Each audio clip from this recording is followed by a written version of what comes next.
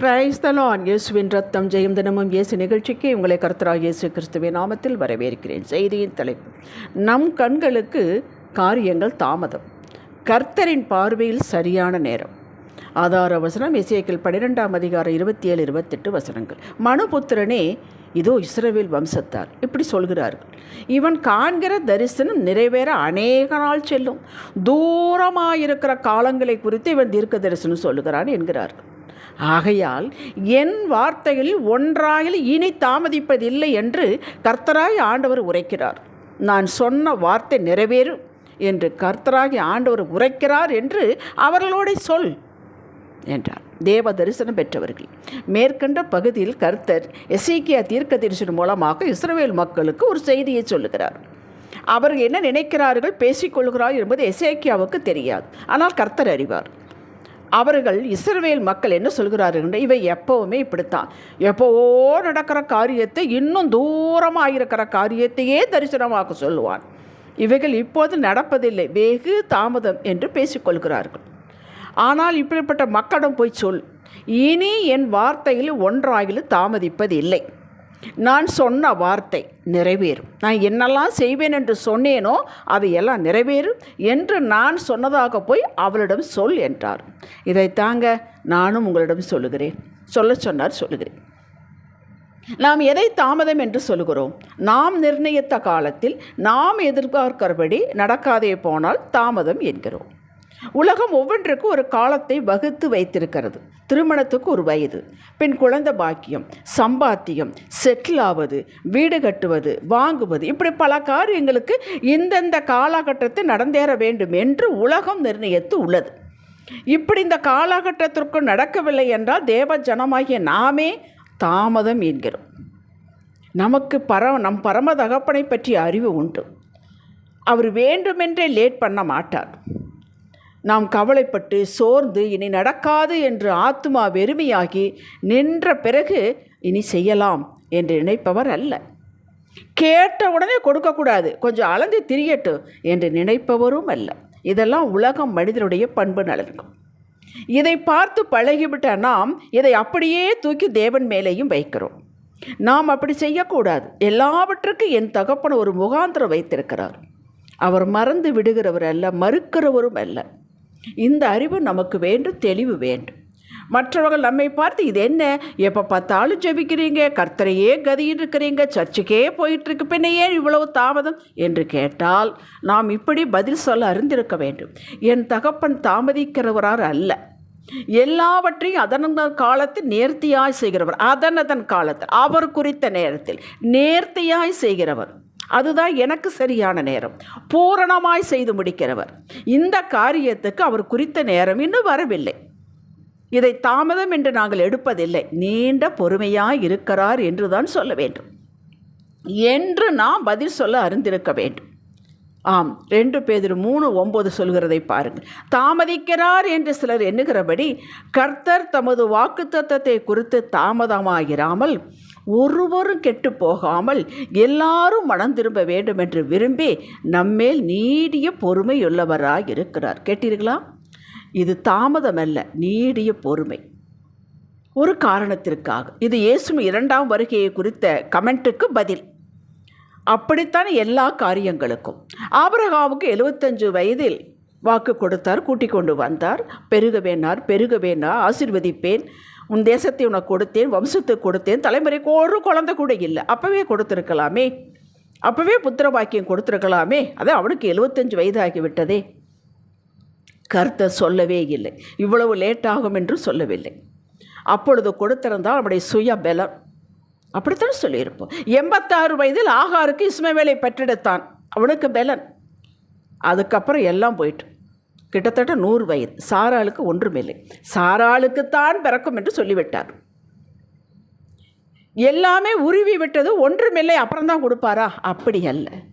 நம்முடைய மாமிசம், நம்ம பலன் உண்டு, நாமளும் கொஞ்சம் செய்யலாம். இது நானும் செய்தேன், நானும் ஓவர் நைட்டெல்லாம் வேலை பார்த்தேன், அந்த இது வரக்கூடாது. முற்றிலுமாக முழுமையாக அவரையே சார்ந்து கொள்ள வேண்டும். அங்கே ஒன்றுமே இல்லை, நடப்பதற்கு வாய்ப்பே கிடையாது. அப்போ ஈசாக்கை கொடுத்தார். அப்பொழுதுதான் அவர் மகிமைப்படுவார். நன்றாக கவனித்து கேளுங்க. நம்முடைய வீட்டில், நம்ம பிஸ்னஸில், நம்ம வேலையில், சரீரத்தில், எதுவாக இருந்தாலும் அவர் ஒன்று செய்யும் பொழுது அவர் நாமம் உயர்த்தப்பட வேண்டும். இது கர்த்தர் தான் செய்திருக்கிறார், கர்த்தர் தான் செய்ய முடியும். அவரையே நாம் சார்ந்திருக்க வேண்டும். இவர்கள் அவரையே பிடித்து கொண்டார்கள், அவர்தான் இவர்களுக்கு செய்தார் என்று மற்றவர்கள் சொல்ல வேண்டும். ஆதியாகமம் 22ஆம் அதிகாரத்தில் பலிகூடு ஈசாக்கை என்றார். புறப்பட்டு விட்டான், எடுத்துக்கொண்டான், விறகு எடுத்துக்கொண்டான், மகனை கூட்டி கொண்டான், கழுதையை பூட்டி கொண்டான், போய்கொண்டிருக்கிறான். அப்போவே சொல்லியிருக்காமே, சரிப்பா நீ நிஜமாவே நீ கீழ்ப்படுகிறவன் தான் என்று சொல்லியிருக்கலாமே. மேலே போய் பலிபீடம் கட்டி எல்லாம் விறகெல்லாம் அடுக்கி அவன் மேலே வச்சு கத்தியை தூக்கும்போது அதுவரையிலும் பார்த்து கொண்டு தான் இருந்தது. ஏன்? என் பிள்ளை கடைசி வரலும் நிற்பான், உலகத்துக்கு காட்ட வேண்டும். அவருக்கு தெரியும், உலகத்துக்கு காட்ட வேண்டும் நாம் யார் என்பதை. ஆண்டவர் அவ்வளவு பிடிவாதமாக இருக்கிறார். நாம் எப்படிப்பட்டவர்கள், அவரையே சார்ந்திருக்கிறவர்கள், அன்பு செலுத்துவர்கள், பயந்து கொள்கிறவர்கள் என்பதை உலகத்திற்கு காட்ட விரும்புகிறாருங்க. இது நீங்கள் புரிந்து கொள்ளுங்கள். அப்பொழுதுதான் போடாது என்றார். கேட்டீர்களா? அவ்வளவு தாமதம். அது தாமதம் அல்ல, சில காரியங்கள் இருக்கிறது. நாம் வேதத்தை படிப்பதில் நமக்கு தெரிகிறது. நம்ம வீட்டு காரியங்கள் ஏன் இவ்வளவு லேட்டாகிறது வேதத்தில் நமக்கு எழுதி வைக்கப்படவில்லை, அவருடைய வேதத்தில் மனதில் இருக்கிறது. 1 சாமுவேல் 17ஆம் அதிகாரத்தில் தாவீது தானே போய் அவனை அடிக்கப் போகிறான், கோலியாத்தை. அது அவருடைய மனதில் திட்டத்தில் இருக்கிறது. ஐயோ, உடனே கூட்டு வந்திருக்கலாமே. 40 நாட்கள் காலையிலும் மாலையிலும் வந்து பயமுறுத்துவான். இவர்கள் டிப்டாப்பாக லெஃப்ட் ரைட் போட்டு வருவார். அவனை பார்த்தோன்னா ஓடிப்போய் இஸ்ரவேல் மக்கள் கூடாரத்துக்குள் ஒளிந்து கொள்வார்கள். 40 நாள் கழித்து, ஓ, நீங்கள் என்னுடைய நாமத்தினாலே போகலை, உங்களுடைய சாமர்த்தியத்தை தான் பார்க்கிறீர்கள், அவன் பிசாசு போல இருக்கிற கண்டு நீங்கள் ஏன் பயப்படுகிறீர்கள்? உங்களுடைய வலிமையை பார்க்கிறீர்கள், என்னை பார்க்கவில்லை என்று 40 நாள் அவர்களுக்கு சான்ஸு கொடுத்து முடியாது என்ற நிலையில் இருக்கும் பொழுது, முடியவே முடியாது என்ற நிலையில் இருக்கும் பொழுது, நான் ஒரு சின்ன பையனை கூட்டிக் கொண்டு வருகிறேன் என்று அடித்த ஒரே கூழாங்கல். அவன் யார்? ஆண்டவரை தொழுது கொள்கிறவன். எங்கள் அப்பா நாமத்தை அவன் தூஷிக்கிறானே, எங்கள் அப்பா என்னோடு இருக்கிறார், நான் விடமாட்டேன் என்று வருகிறார். ஹல்லேலூயா! கேட்டீர்களா? 40 நாள் எப்பா முதலே அடிச்சிருக்கலாமே நம்ம நினைத்திருப்பார்களாவா? இது நமக்கு வெளிப்படக்கூடிய காரணங்கள்னு ஏராளமான காரியங்கள் உண்டு. அடித்து விட்டான், ராஜாவுக்கு மருமகனாகிவிட்டான். அதுதானே நடந்தது. நீ உடனே ராஜா தானே, தாவீது ராஜா, அது ஏற்கனவே ராஜாவாக அபிஷேகம் பண்ணப்பட்டவன் தான், அப்படித்தானே பேசியிருப்பார்கள். உடனே ராஜாவை ஆக்கியிருக்கலாமே, ஆக்கிலேயே. ஏன்? அவனை உருவாக்க வேண்டும். சவுலுக்கு சான்ஸ். அவன் கெட்ட குணத்திலிருந்து விடுதலையாக வேண்டும். அவன் மீண்டும் மீண்டும் மீண்டும் பொறாமை கொண்டு அவனை துரத்துகிறான். உலகம் இப்படித்தான் இருக்க அவன் கற்றுக்கொள்ள வேண்டும். அவனை காட்டில் வைத்து, கெபியில் வைத்து உருவாக்கினார். உடனே செய்யவில்லையே. அப்படித்தாங்க நம்முடைய காரியங்களிலும் காரணங்கள் பல உண்டு. தாமதிக்கிறார் என்று நினைக்காதீர்கள், இது நடக்காது என்று சொல்லாதீர்கள். நிச்சயம் நடக்கும், நீங்கள் கேட்டதுக்கு மேலாக நடக்கும். ஆனால் என் அப்பன் செய்வார் என்ற நிலையில் நில்லுங்கள், ஒரே நிலையில் நில்லுங்கள். இப்படி மக்களே, நம்முடைய மாமிசம் ஒன்றுக்கு உதவாது. மாமிச சிந்தை மரணம், அதை ப்ரூவ் பண்ணி கொண்டே தான் வருகிறார். நாம் அறிந்தும் அதை விட்டு அவரை ஒட்டி கொள்ள வேண்டும். தகப்பனே தான் எங்கள் அப்பா செய்தே தீருவார், அந்த குழந்தையை போல் அந்த உள்ள நமக்கு வர வேண்டும். சில காரியங்களும் உங்கள் குடும்பத்தில் வாக்கு பெற்று நடக்கவில்லை என்றால் சில மாற்றங்கள் உங்கள் குடும்பத்திற்குள் நடக்க வேண்டும். அதில் முதன்மையான மாற்றம் அவரை இறுக பிடித்து கொள்வது. விடமாட்டேன் ஆண்டவரே, நீர் நிச்சயம் செய்வீர் அப்பா, என்னை வெட்கப்படுத்த மாட்டீர் ஆண்டவரே, பல பேர் கண்களுக்கு முன்பாக வெட்கப்படுத்த மாட்டீர் ஆண்டவரே. பிடித்து கொள்ள வேண்டும், நாம் மாற வேண்டும். கர்த்தர் காத்திருக்கிறார். நான் மட்டும் அல்லவங்க, கர்த்தர் காத்திருக்கிறார். அவர் நீடிய பொறுமையுள்ளவராயிருக்கிறார். பல காரியங்கள் செட்ரைட் ஆக வேண்டும். நீங்கள் தொடர்ந்து கர்த்தரோடு இணைந்து அவரை மகிமைப்படுத்தும் பாத்திரமாக இருப்பீர்கள் என்றால், அவருடையே பார்த்து கொண்டிருப்பீர்கள் என்றால், உங்களிடம் ஆவியானவர் கூடிட்டு காட்டுவார், உணர்த்துவார். புரிந்து கொண்டு உங்களுடைய மாற்றத்திற்கு கிருபை பெற்று செயல்படுங்கள். அவருடைய நேரம் சரியானது, அவருடைய முறை சரியானது. இயேசு பிறப்பதற்கு 6 மாதத்திற்கு முன்தான் யோவான் ஸ்நானகன் பூமிக்கு வர வேண்டும், பாதையை செவ்வாய்ப்படுத்த வேண்டியது தேவ திட்டம். ஆகவே சகரியா எலிசபெத் தம்பதிகளுக்கு குழந்தை பாக்கியம் தாமதமாகிவிட்டது. அவர்கள் கண்கு தாமதம், ஆனால் அவர்கள் மூலமாகத்தான் பிறக்க வேண்டும் என்ற திட்டம். உங்களுடைய பிஸ்னஸ் வேலை கையிட்டு செய்வதை மேம்படுத்துவதற்கு வாக்கு கொடுத்திருக்கிறார். ஏன் இன்னும் செய்யவில்லை? இது உங்களுடைய கேள்வி. பர்ஃபெக்டாக செய்ய வேண்டும், பக்காவாக செய்ய வேண்டும், நிலையானதாக இருக்க வேண்டும். நீங்கள் வேண்டும் என்பதை மற்றவர்களுக்கு தாக்கத்தை உண்டாக்க வேண்டும். அவர் சூழ்நிலைகளை மாற்றிக்கொண்டிருக்கிறார், உங்களையும் மாற்றிக்கொண்டிருக்கிறார், எல்லாவற்றையும் மாற்றிக்கொண்டிருக்கிறார். அவர் ஒரு பார்வை பார்த்தால் போது எல்லாம் மாறிக்கொண்டிருக்கிறார். சரியான நேரத்தில் நடக்கும்.